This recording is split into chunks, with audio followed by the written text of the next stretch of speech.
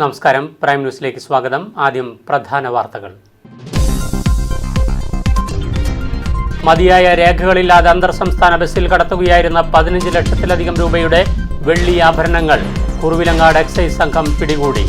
Onam special ഡ്രൈവിന്റെ ഭാഗമായി ബസ്സുകളിൽ പരിശോധന നടത്തുമ്പോഴാണ് വെള്ളി ആഭരണങ്ങൾ പിടികൂടിയത്. ആഭരണങ്ങൾ കടത്തിയ തമിഴ്നാട് സേലം സ്വദേശി കേശവനെ GST വകുപ്പിന് കൈമാറി.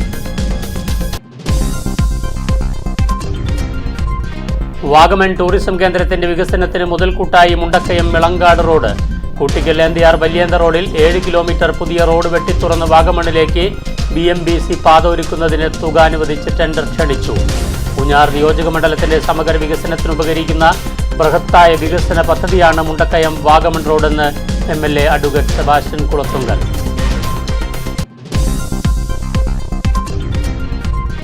KSRTC ബസ്സുകളിലെ ഓൺലൈൻ റിസർവേഷനിൽ ഇനി മുതൽ മുതിർന്ന പൗരന്മാർക്ക് പ്രത്യേക സീറ്റ് നൽകണം. കോട്ടയം സ്വദേശിയുടെ പരാതിയിന്മേൽ ഉത്തരവിട്ട് മനുഷ്യാവകാശ കമ്മീഷൻ. മതിയായ രേഖകൾ ഒന്നുമില്ലാതെ അന്തർ സംസ്ഥാന ബസ്സിൽ കടത്തുകയായിരുന്ന 15 ലക്ഷത്തിലധികം രൂപയുടെ വെള്ളി ആഭരണങ്ങൾ കുറുവിലങ്ങാട് എക്സൈസ് സംഘം പിടികൂടി. ഓണം സ്പെഷ്യൽ ഡ്രൈവിന്റെ ഭാഗമായി അന്തർ സംസ്ഥാന ബസ്സുകളിൽ മദ്യവും മയക്കുമരുന്നും കടത്തിക്കൊണ്ടുവരുന്ന സംഘത്തെ പിടികൂടുന്നതിനായി MC റോഡിൽ കോഴ മിനി സിവിൽ സ്റ്റേഷന്റെ മുൻഭാഗം കുറുവിലങ്ങാട് എക്സൈസ് ഇൻസ്പെക്ടർ രാഹുൽ രാജിന്റെ നേതൃത്വത്തിലുള്ള സംഘം നടത്തിയ വാഹന പരിശോധനയിലാണ് ബംഗളൂരുവിൽ നിന്നും കോട്ടയത്തേക്ക് പോവുകയായിരുന്ന സ്വകാര്യ കമ്പനി ബസ്സിൽ 4 ചാക്കുകളിലായി കടത്തിക്കൊണ്ടുവരുന്ന വെള്ളി ആഭരണങ്ങൾ പിടികൂടിയത്. ആഭരണങ്ങൾ കടത്തിയ തമിഴ്നാട് സേലം സ്വദേശിയായ കേശവൻ എന്നയാളെയും എക്സൈസ് സംഘം പിടികൂടി GST വകുപ്പിന് കൈമാറി.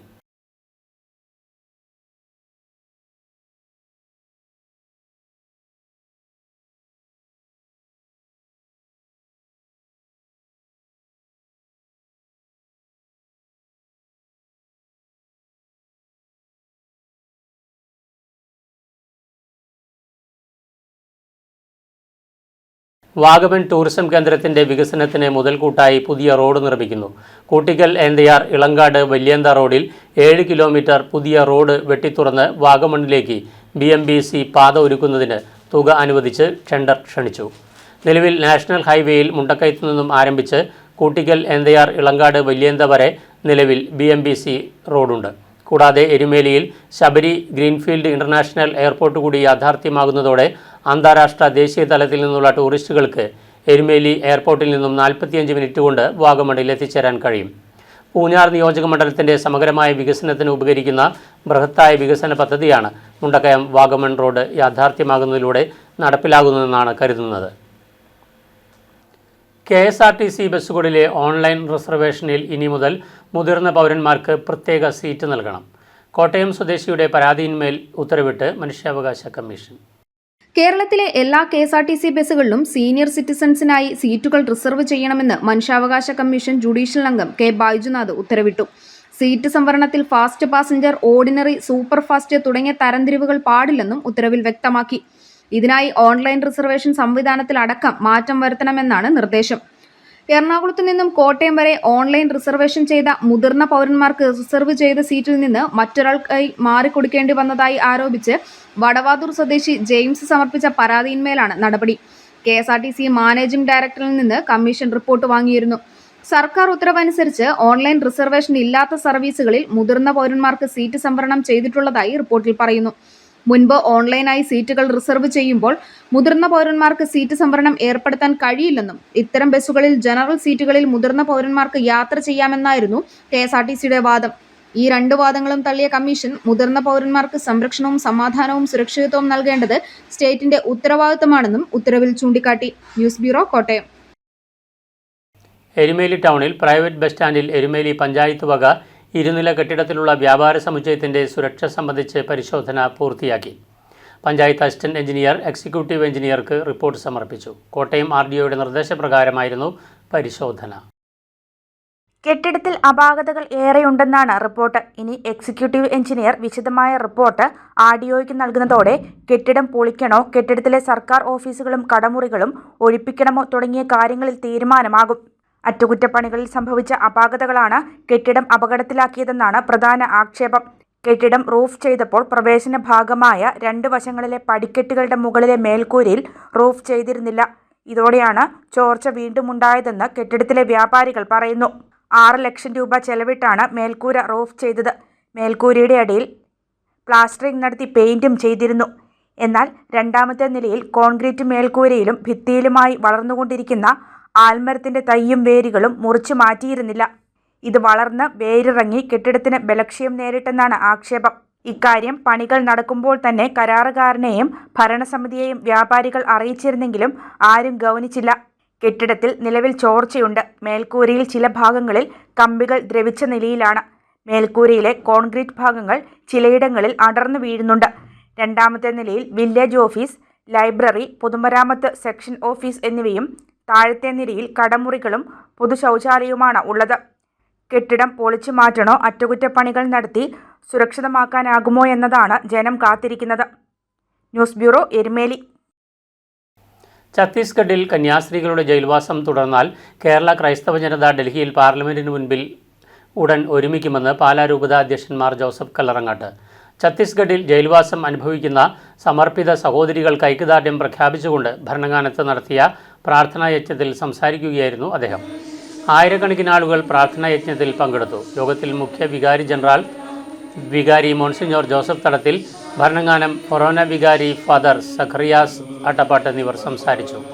പാലാ രൂപത മുൻ അധ്യക്ഷൻ ബിഷപ്പ് ജോസഫ് പള്ളിക്കാപ്പറമ്പിൽ, ഷംസാബാദ് ബിഷപ്പ് ജോസഫ് കൊല്ലംപറമ്പിൽ, ജനറൽമാരായ monsignor Joseph Maleparambil, monsignor Sebastian Vettanath, monsignor Joseph Kaniyodickal, Alphonsa തീർത്ഥാടന റെക്ടർ ഫാദർ അബ്രഹാം പാലക്കിപ്പറമ്പിൽ, വിവിധ ഫൊറോന വികാരിമാർ, രൂപതയിലെ വിവിധ സംഘടനാ ഭാരവാഹികൾ ഐക്യദാർഢ്യ സമ്മേളനത്തിന് നേതൃത്വം നൽകി. രൂപതയിലെ 170 ഇടവകകളിൽ നിന്നുള്ള പ്രതിനിധികൾ, വികാരിമാർ, വിവിധ സന്യാസ സമൂഹങ്ങളിൽ നിന്നുള്ള സമർപ്പിതരും പ്രാർത്ഥനയിൽ പങ്കുചേർന്നു. സ്വർഗത്തിൽ വന്നു ചേരുവാൻ കൃപ ചെയ്യണമേ. സ്വർഗസ്ഥനായ ഞങ്ങളുടെ സ്ത്രീകളിൽ അനുഗ്രഹിക്കപ്പെട്ടവനാകുന്നു. അങ്ങയുടെ ഉദരത്തിൻ ഫലമായ ഈശോ അനുഗ്രഹിക്കപ്പെട്ടവനാകുന്നു.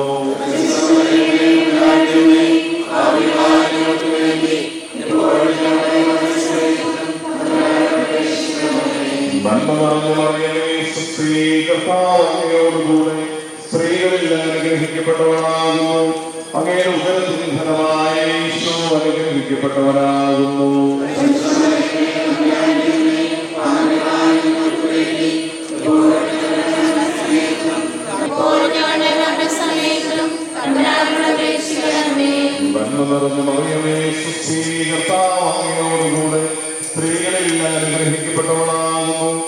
അങ്ങയുടെ ഉദരത്തിൻ ഫലമായ ഈശോ അനുഗ്രഹിക്കപ്പെട്ടവനാകുന്നു.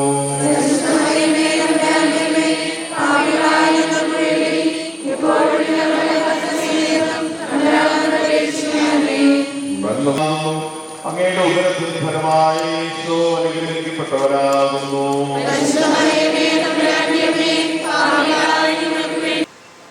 ഭരണഘടനയിലെ മൗലിക അവകാശങ്ങൾ ഒരു ഭരണകൂടത്തെ കൂടെ കൂടെ ഓർമ്മപ്പെടുത്തേണ്ടി വരുന്നത് പൗരന്മാരുടെ ദൗർഭാഗ്യമാണ്.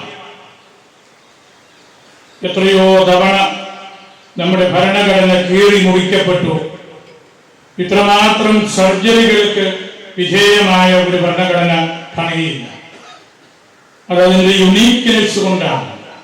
വിട്ടുകളയാൻ പാടില്ലാത്ത മൂല്യങ്ങളെ അത് സംഭരിച്ച് വയ്ക്കുന്നത് കൊണ്ടാണ്.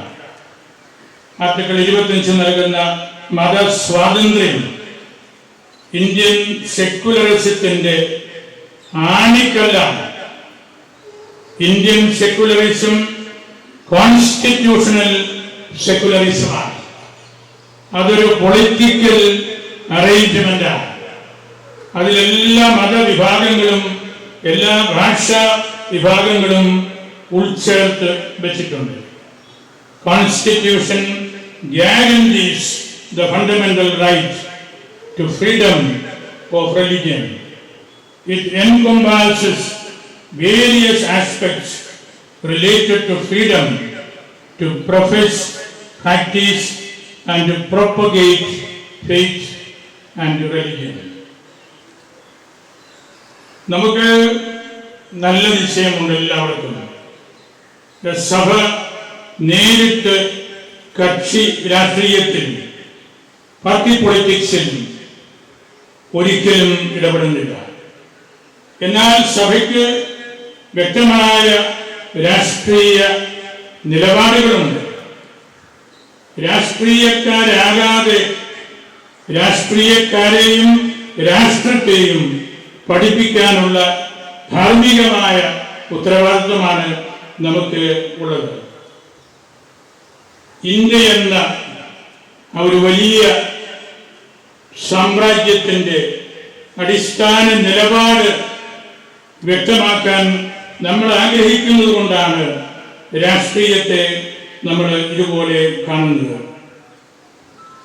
മതസ്വാതന്ത്ര്യം തടയുന്നത് പെട്രോൾ ടാങ്കിന്റെ മുമ്പിൽ നിന്ന് തീപ്പെട്ടി ഉരയ്ക്കുന്നത് പോലെ അപകടകരമാണ്. നമുക്ക് ഈ രാജ്യത്തെ ഏതൊരു പൗരനും കോൺസ്റ്റിറ്റ്യൂഷൻ നൽകുന്ന അവകാശമാണത്. ഒരു തീവ്രവാദ സ്വഭാവത്തിനും കീഴ്പ്പെടാനായിട്ട് നമുക്ക് സാധ്യമല്ല. ഇന്ത്യ, ഭാരതം എന്ന ആശയത്തെയും ഇന്ത്യ എന്ന ആഴത്തെയും നമ്മൾ നല്ലവണ്ണം പഠിക്കുന്നവരാണ്. ഈ രാജ്യത്തിൻ്റെ സംസ്കൃതിയിൽ ഏറ്റവും നല്ല സംഭാവന നൽകുന്ന ആളുകളാണ് ഈശോയുടെ പേരിൽ അറിയപ്പെടുന്ന എല്ലാവരും. ഛത്തീസ്ഗഡിൽ മലയാളികളായ 2 കന്യാസ്ത്രീകളെ അറസ്റ്റ് ചെയ്ത് ജയിലിലടക്കുകയും 6 ദിവസമായിട്ടും മജിസ്ട്രേറ്റ് കോടതിയിലും സെഷൻ കോടതിയിലും ജാമ്യം നിഷേധിക്കുകയും ചെയ്തതിൽ തലയോലപ്പറമ്പിൽ പ്രതിഷേധം. അറസ്റ്റിലായ സിസ്റ്റർ പ്രീതി മേരി, സിസ്റ്റർ വന്ദന ഫ്രാൻസിസ് എന്നിവർക്ക് ഐക്യദാർഢ്യം പ്രഖ്യാപിച്ചുകൊണ്ട് പൊതി കലയത്തുംകുന്ന് സെൻറ് ആന്റണീസ് പള്ളിയുടെയും പൊതി സെൻറ് മൈക്കിൾസ് പള്ളിയുടെയും സംയുക്ത ആഭിമുഖ്യത്തിൽ മൗനജാഥയും പ്രതിഷേധ യോഗവും സംഘടിപ്പിച്ചു. ജയിലിൽ അടച്ചിരിക്കുന്ന കന്യാസ്ത്രീകളെ എത്രയും വേഗം മോചിപ്പിക്കണമെന്നും യോഗം ആവശ്യപ്പെട്ടു. യോഗത്തിൽ സെൻറ് ആന്റണീസ് പള്ളി വികാരി Father Paul Kottakkal, Saint Michael's പള്ളി പ്രതിനിധി പീറ്റർ തറപ്പേൽ എന്നിവർ പ്രസംഗിച്ചു. AK George Arakkal, AU Tommy Arakkal തുടങ്ങിയവരും 100 കണക്കിന് ആളുകളും പങ്കെടുത്തു.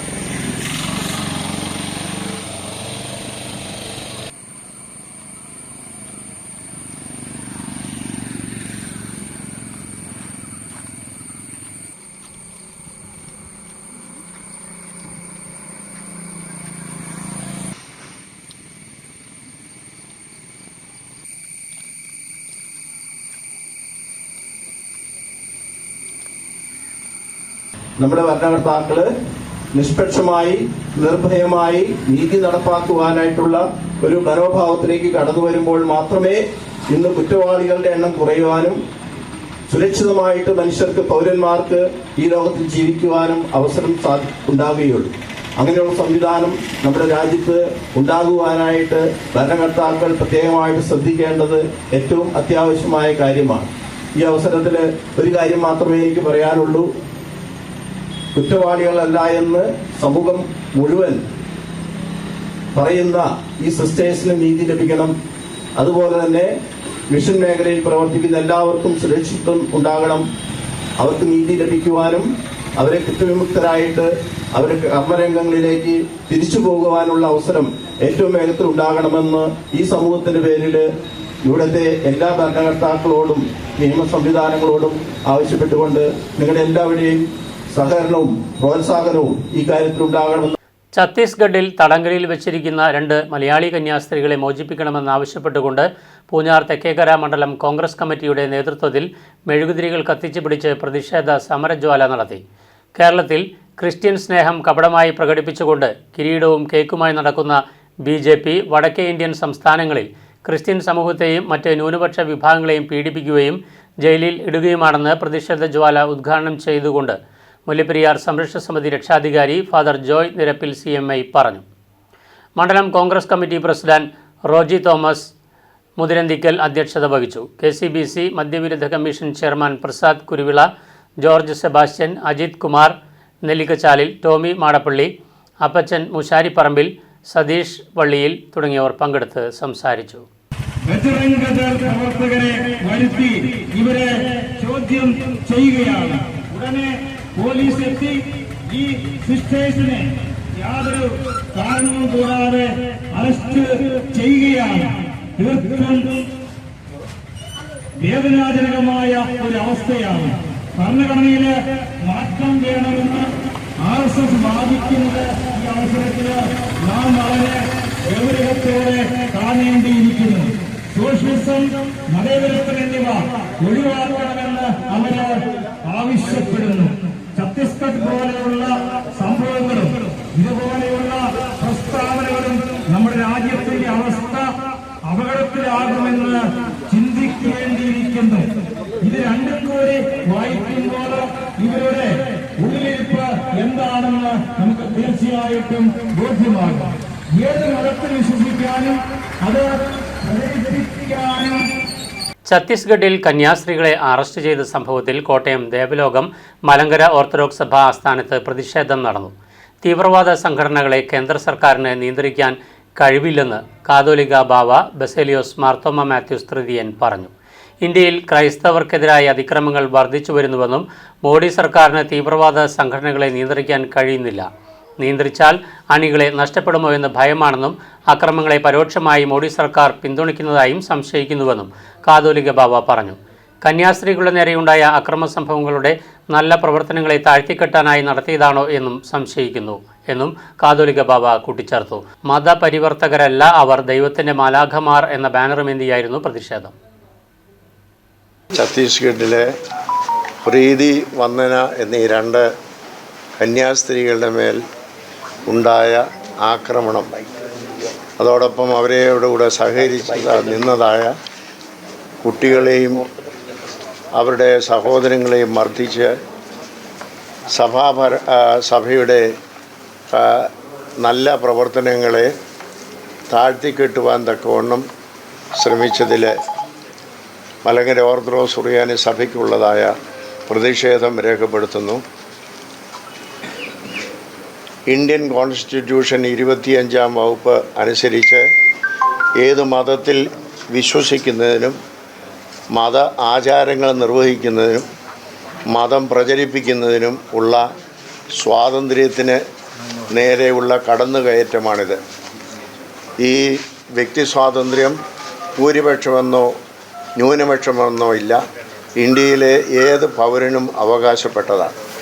ആ പൗര അവകാശത്തിൻ്റെ മേൽ നടത്തിയതായ കയ്യേറ്റം, നിയമം കയ്യിലെടുത്ത് നടത്തിയതായ അക്രമികളായ ആളുകളെ നിയമത്തിന് മുമ്പിൽ കൊണ്ടുവന്ന് മാതൃകാപരമായ ശിക്ഷ നടത്തണം എന്നുള്ളതാണ് ഇന്ത്യ ഗവൺമെൻറ്റിനോട് മലങ്കര ഓർത്തഡോക്സ് സുറിയാനി സഭയ്ക്ക് അഭ്യർത്ഥിക്കാനായിട്ടുള്ളത്.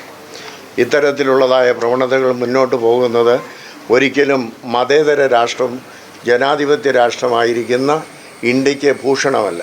ഇന്ത്യയെ മറ്റുള്ളതായ രാജ്യങ്ങളുടെ മുമ്പിൽ കാപാലികന്മാരുടെ രാജ്യമായിട്ട് കണക്കാക്കത്തക്ക രീതിയിൽ അധപ്പതിപ്പിക്കുന്നതായ പ്രവണതയുള്ളവരായ സംഘടനകളെ പരിപൂർണമായും നിരോധിച്ചുകൊണ്ട് ഈ ഇന്ത്യയിൽ സമാധാനപരമായ ഒരു അന്തരീക്ഷം, എല്ലാ മതങ്ങൾക്കും ഒരുപോലെ ജീവിക്കാനുള്ള അന്തരീക്ഷം ഉണ്ടാക്കുവാൻ കേന്ദ്ര ഗവൺമെൻറ് സത്വരമായ നടപടിയെടുക്കണം എന്നുള്ള കാര്യം പ്രത്യേകിച്ച് ഈ സമയത്ത് ഓർമ്മിക്കുക. ഛത്തീസ്ഗഡിൽ കന്യാസ്ത്രീമാരെ അറസ്റ്റ് ചെയ്ത സംഭവത്തിൽ കോൺഗ്രസ് അതിരമ്പുഴ മണ്ഡലം കമ്മിറ്റിയുടെ നേതൃത്വത്തിൽ വായ് മൂടിക്കെട്ടി പ്രതിഷേധ ധർണ സംഘടിപ്പിച്ചു. DCC പ്രസിഡന്റ് നാട്ടകം സുരേഷ് ധർണ ഉദ്ഘാടനം ചെയ്തു. മണ്ഡലം പ്രസിഡന്റ് ജൂബി ഐക്കരക്കുഴി അധ്യക്ഷത വഹിച്ചു. ഭരണാധികാരികൾ സിസ്റ്റർമാരെ മോചിപ്പിക്കുന്നതിനുള്ള നടപടികൾ സ്വീകരിക്കണമെന്നും ഇല്ലാത്തപക്ഷം ശക്തമായ സമരമായി രംഗത്തിറങ്ങുമെന്നും നാട്ടകം സുരേഷ് പറഞ്ഞു. Congress block president Joroy Ponnattil, KPCC secretary Kunjillampally, DCC സെക്രട്ടറിമാരായ മുരളി നീണ്ടൂർ, KG ഹരിദാസ്, PV മൈക്കിൾ, ഹരിപ്രകാശ്, റോയ് കല്ലുങ്കൽ ഉൾപ്പെടെയുള്ള കോൺഗ്രസ് നേതാക്കൾ സംസാരിച്ചു. 2 കന്യാസ്ത്രീകൾ വളരെ ക്രൂരമായി മാനസികമായും ശാരീരികമായും പീഡനത്തിനിരയായി. എത്ര ക്രൂരമായിട്ട് അവരെ ആക്രമിക്കാനായിട്ട് ശ്രമിച്ചത്.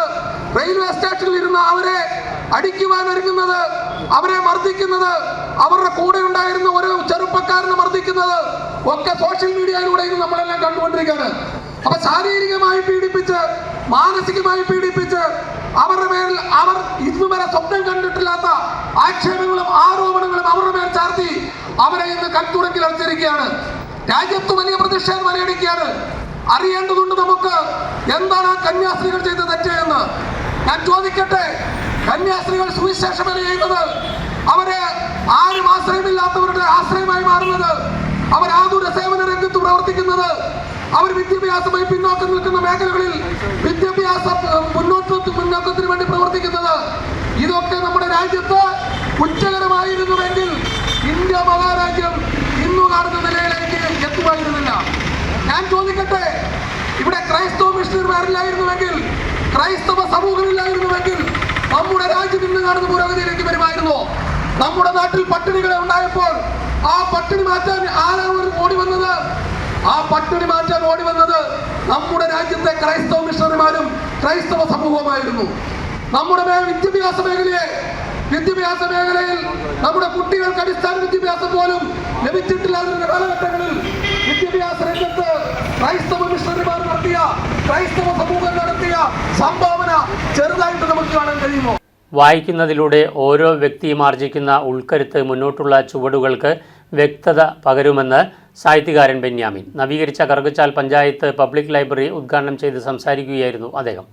ജീവിതത്തിൽ ചില ബോധ്യങ്ങൾ ഉണ്ടാകുവാൻ വായന നല്ലതാണെന്നും ബെന്യാമിൻ പറഞ്ഞു. ആധുനിക കാലത്ത് ഡിജിറ്റൽ പ്രചാരവും ഇന്റർനെറ്റിന്റെ വളർച്ചയും വലിയ തോതിൽ ഗ്രന്ഥശാലകളുടെ പരമ്പരാഗത മുഖമാറ്റം സൃഷ്ടിച്ചിരിക്കുന്നുവെങ്കിലും അതിൻ്റെ തനതു പ്രാധാന്യം ഇന്നും നിലനിൽക്കുകയാണെന്നും ബെന്യാമിൻ പറഞ്ഞു. വായനയോടുള്ള വിമുഖത സാമൂഹ്യ തിന്മകൾ കൂടി വരാൻ കാരണമായി. ജീവിതം ഭാവനാസമ്പന്നമാകാനും ഏകാഗ്രത വർദ്ധിപ്പിക്കാനും പുതിയ സ്വപ്നങ്ങൾ കാണാനുമായി വിദ്യാർത്ഥികൾ ഒരു ദിവസം അരമണിക്കൂറെങ്കിലും വായനയ്ക്കായി നീക്കിവെക്കണം. ജീവിതത്തിൽ ചില ബോധ്യങ്ങൾ ഉണ്ടാകാൻ വായന നല്ലതാണെന്നും ബെന്യാമിൻ പറഞ്ഞു.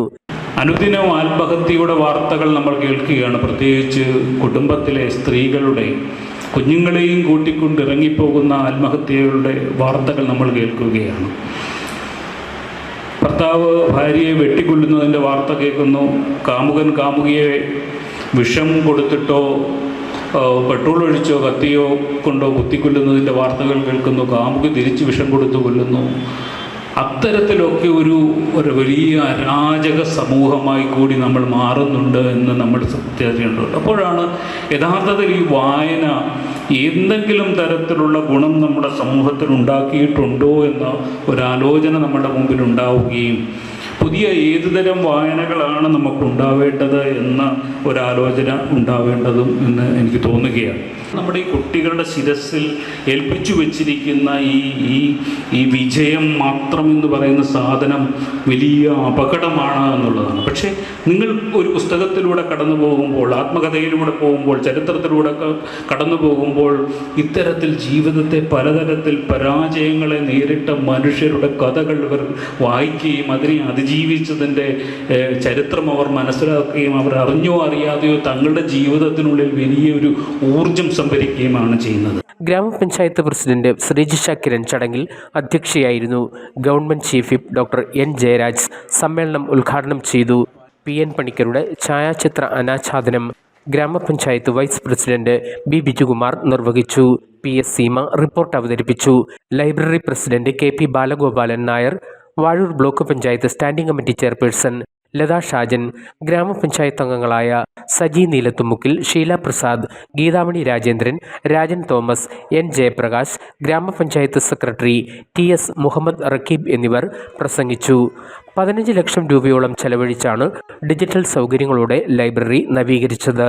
1942 പീപ്പിൾസ് ലൈബ്രറി എന്ന പേരിൽ കറുകച്ചാലിൽ സ്ഥാപിതമായ ലൈബ്രറിയാണ് കാലാന്തരത്തിൽ പഞ്ചായത്ത് ഏറ്റെടുത്ത് കറുകച്ചാൽ പഞ്ചായത്ത് പബ്ലിക് ലൈബ്രറിയായി പ്രവർത്തിച്ചു വരുന്നത്. 83 വർഷത്തെ ചരിത്രവും പാരമ്പര്യവുമുള്ള കറുകച്ചാൽ പഞ്ചായത്ത് പബ്ലിക് ലൈബ്രറി പുസ്തക സമൃദ്ധി കൊണ്ടും പ്രവർത്തന മികവ് കൊണ്ടും ലൈബ്രറി കൗൺസിലിൽ നിന്നും A ഗ്രേഡ് നേടിയിട്ടുള്ള അവസ്ഥ തുടരുമ്പോഴാണ് അഭികാമ്യങ്ങളായ ഈ വികസന നേട്ടങ്ങൾ കൂടി ലൈബ്രറിക്ക് കൈവന്നിരിക്കുന്നത്.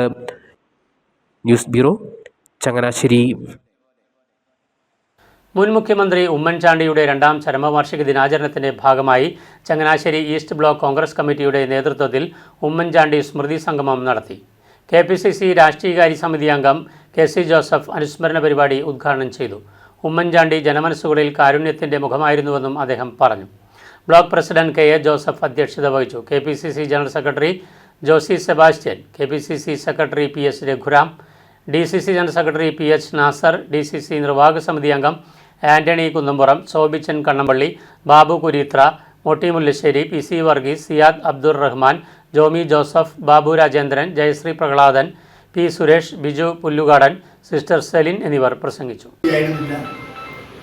എങ്ങനെ അധികാരം കൊണ്ട് മുഖ്യമന്ത്രിയാണെങ്കിലും നേതാവാണെങ്കിലും എങ്ങനെ അധികാരം കൊണ്ട് ജനങ്ങളെ സഹായിക്കാം, അതുകൊണ്ടാണ് അദ്ദേഹം ആലോചിച്ച കാരുണ്യ ചികിത്സാ പദ്ധതി വലിയ ആശ്വാസമായിരുന്നു. കാരണം ഒരു നിവൃത്തിയില്ലാതെ പോകുന്ന രോഗികൾക്ക് അവരുടെ ചികിത്സയുടെ പണം സർക്കാർ കൊടുക്കുമായിരുന്നു. കേരളത്തിലെ സിസ്റ്റർ വന്ദന, മറ്റൊരാൾ വേറെ സിസ്റ്റർ, രണ്ടുപേരെ 4 ദിവസമായി ജയിലിലാണ്. അവർക്ക് കള്ളക്കേസ് എടുത്തിരിക്കുകയാണ്. ഇല്ലാത്ത കുറ്റം പറഞ്ഞുകൊണ്ട് അവരെ ആദ്യം ചെറിയ വകുപ്പിട്ട് കേസെടുത്തു. പിന്നീട് ആ വകുപ്പ് ജാമ്യം കൊടുക്കണമെന്ന് ബോധ്യമായപ്പോൾ വകുപ്പ് മാറ്റി മതം മാറ്റം ആക്ഷേപിക്കുന്നു. അപ്പോൾ പാവപ്പെട്ട സിസ്റ്റേഴ്സ്, നമുക്കറിയാമല്ലോ, ഈ മേഴ്സി ഹോമാണെങ്കിൽ കേരളത്തിലുള്ള ഇന്ത്യയിലുള്ള കാരുണ്യ സ്ഥാപനം നടത്തുന്ന സിസ്റ്റേഴ്സാണ്. വിവിധ ആവശ്യങ്ങൾ ഉന്നയിച്ച് ഗസറ്റഡ് ജീവനക്കാർ മാർച്ചും ധർണയും നടത്തി. കേന്ദ്ര സർക്കാരിൻ്റെ തൊഴിലാളി വിരുദ്ധ ജനവിരുദ്ധ നയങ്ങൾക്കെതിരെ പോരാടുക, തൊഴിലാളി വിരുദ്ധ ലേബർ കോഡുകൾ പിൻവലിക്കുക, സംസ്ഥാന സർക്കാരിൻ്റെ ജനപക്ഷ ബദലുകളുടെ അനിവാര്യമായ തുടർച്ച ഉറപ്പാക്കുക തുടങ്ങിയ ആവശ്യങ്ങൾ ഉന്നയിച്ചായിരുന്നു ധർണ.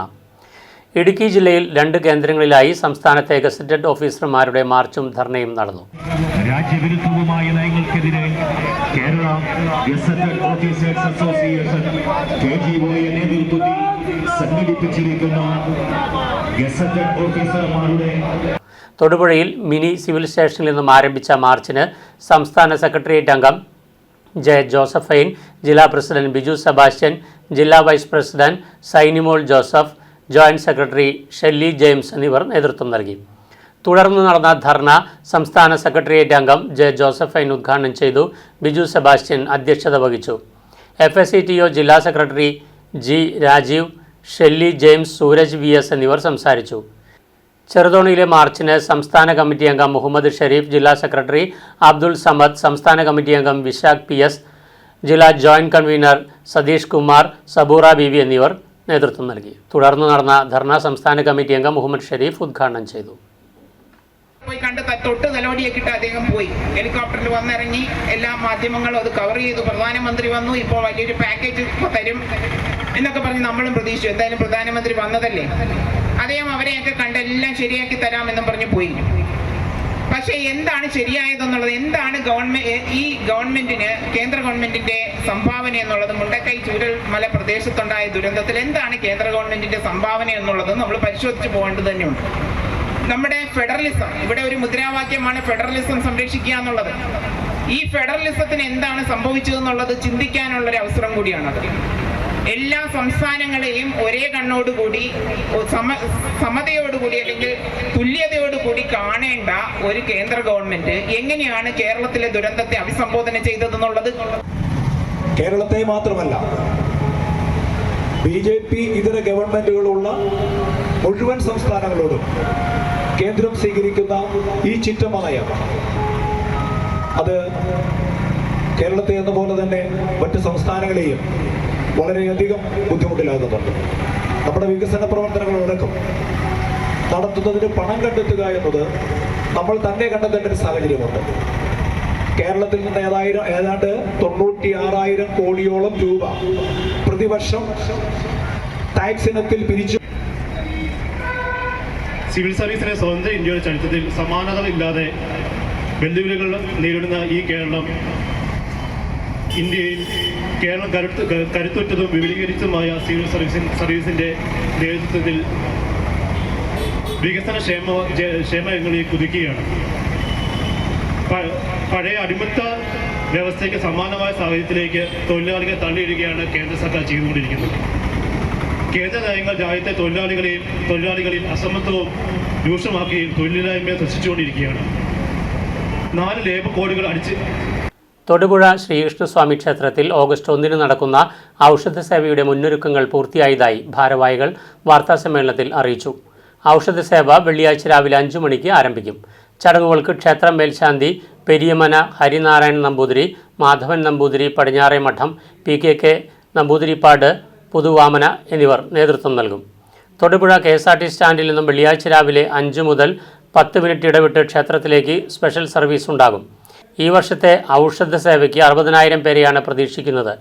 ഔഷധം സേവിച്ച് ഭഗവാനെ ദർശിച്ച് ഔഷധ കഞ്ഞികൂടി കഴിച്ചാണ് ചടങ്ങ് പൂർത്തിയാക്കുന്നത്.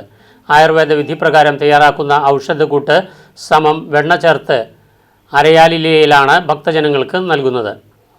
ഇസ്കോൺ കൊച്ചി ശാഖയിലെ ഭക്തരാണ് ഔഷധ സേവയ്ക്ക് എത്തുന്ന ഭക്തജനങ്ങൾക്ക് അരയാലിലയിൽ ഔഷധം നൽകുന്നത്. ശാസ്താംപാറ ശ്രീ ധർമ്മശാസ്ത്ര ക്ഷേത്രത്തിൽ നിന്നുമാണ് ഔഷധം നൽകുന്നതിനുള്ള അരയാലില നൽകുന്നത്. ഔഷധ സേവ 2 മണി മുതൽ ഉണ്ടാകും. ഒരേ സമയം 1000 പേർക്ക് ഔഷധം നൽകുന്നതിനുള്ള വിപുലമായ ക്രമീകരണങ്ങൾ ഒരുക്കിയിട്ടുണ്ടെന്ന് ക്ഷേത്രം Devaswom trust secretary Siju B Pillai പറഞ്ഞു.